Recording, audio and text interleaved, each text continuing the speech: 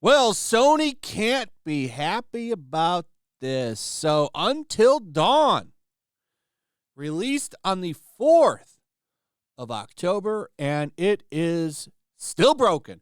And what a shame, too. I actually played the PlayStation 4 version of this game, and it's fun. If you like scary movies and video games, you'll probably like this. That's about all I have to say about it. It's a fun horror game. You have multiple paths you can take. It's more like an interactive movie than really anything else. It's been a while since I've played it, so it's not fresh, but I did have fun with it.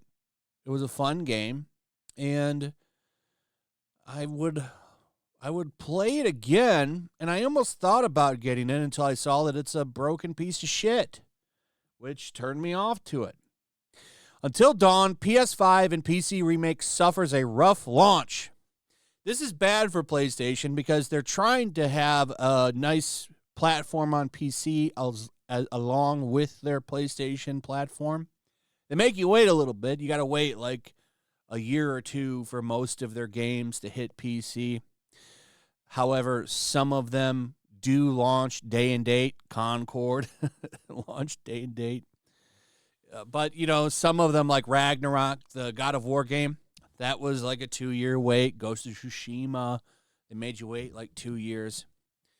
This one came out, and this would have been a perfect October game.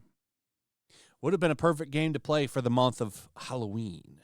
But it appears that you might as well whip out that PS4. And there's more than this. Some people are saying that they took the original soundtrack out and put like royalty-free music in it and shit. We'll get to that. That's on a Steam review.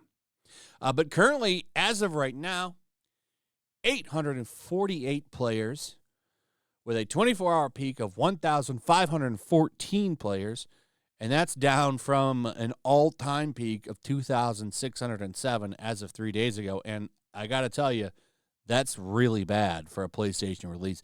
They've all had bigger launch numbers than this. I almost wonder if Sony just put it out to die. I really didn't even see that much advertising for this game. And as they point out here, when God of War came out, it had 73,000. Ghost of Tsushima had 77,000. Spider-Man, when they put it on PC, hit 66,000. Not this one. In fact, it is Sony's worst debut on Steam since Concord and Sackboy: A Big Adventure. I didn't even know Sackboy was on Steam. So this small player base is reporting some issues. Now, a lot of this has to do with ray tracing, some DLSS stuff, giving some issues, poor optimization, music changes from the original, bugs, and poor controls at the time. So, you know, the music change I find very interesting as well. Now, real quick, this is IGN, and this is a fair article. They kind of just straight up report the news. There's problems, and nobody's playing it.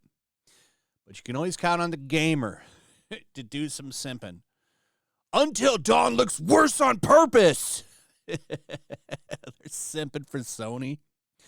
Trying to say, well, this is intentional. It's intentional that it looks like shit on PC and PlayStation 5. Gamer. Oh, this website, man. They have surpassed Kotaku at this point. I wonder if they have any money. Like, what is the future of the gamer? Because this website, I don't know, man. I only found out about them a year or so ago because of how bad they are, the articles that they've been putting out. Remember the Hogwarts Legacy fiasco? Like, this website made it their mission to try and destroy Hogwarts Legacy. Like, every day they were putting out shit. This game looks good, but actually, metaphor. I want to play this. Anyway, let's take a look at what some people are saying over on Steam. It's hard for me to put yes or no. I'm mostly on the fence about this remake, but if I had to choose, I'd say overall they've dropped the ball with this one. The graphics are great, as expected. The new scenes, camera angles, etc. are a welcome addition and add new context. However, I just can't say this is enough to justify its existence at such a high price, especially since the major downgrade being the original OST being removed for actual garbage.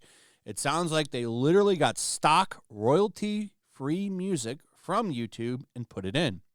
No suspense, oddly placed in so it doesn't even match the scene, and overall, just a complete downgrade from the original, and it's very noticeable. That's another big thing that I've read, that they changed the music, but this is a fair complaint about the price. They have no upgrade option. So if you had the PlayStation 4 version, which I do, I still have my copy. There's no upgrading for $10. And I have it digitally. I bought the digital version when I got this. So usually for like $10 you can upgrade. They're doing that with that Horizon remaster. For $10 you can upgrade to the PlayStation version. They're also raising the price on the PlayStation 4 version. I think that's so you can't just go and buy that one and get it the new one for $10. Though also the remaster comes with the Chubby Cheeks version of that Ayla character. It's kind of funny. But yeah, anyway, this is broken, it would seem. Here's someone saying it's not true. The negative information spread about the game over the last 24 hours due to a streamer's early access is thankfully not accurate to the day one patch. The soundtrack downgrade mentioned by streamers was obviously just due to licensed music, which is present in the retail version. Also, I haven't noticed any bugs, but there are a couple of frame rate drops, but I'm running the game on a 470 with all RT on and DLSS set to quality. It's likely a VRAM issue on my end, but they have been rare enough that I haven't felt the need to lower the RT DLSS settings. Now, you can't say it's misinformation when you literally have outlets reporting on this today. And this isn't the only one. There's a couple of other outlets that have talked about it. So maybe your rig's just running it better, but I mean, there's plenty of negative posts on here to confirm that the game has problems. And, you know, they should have got that licensed music back.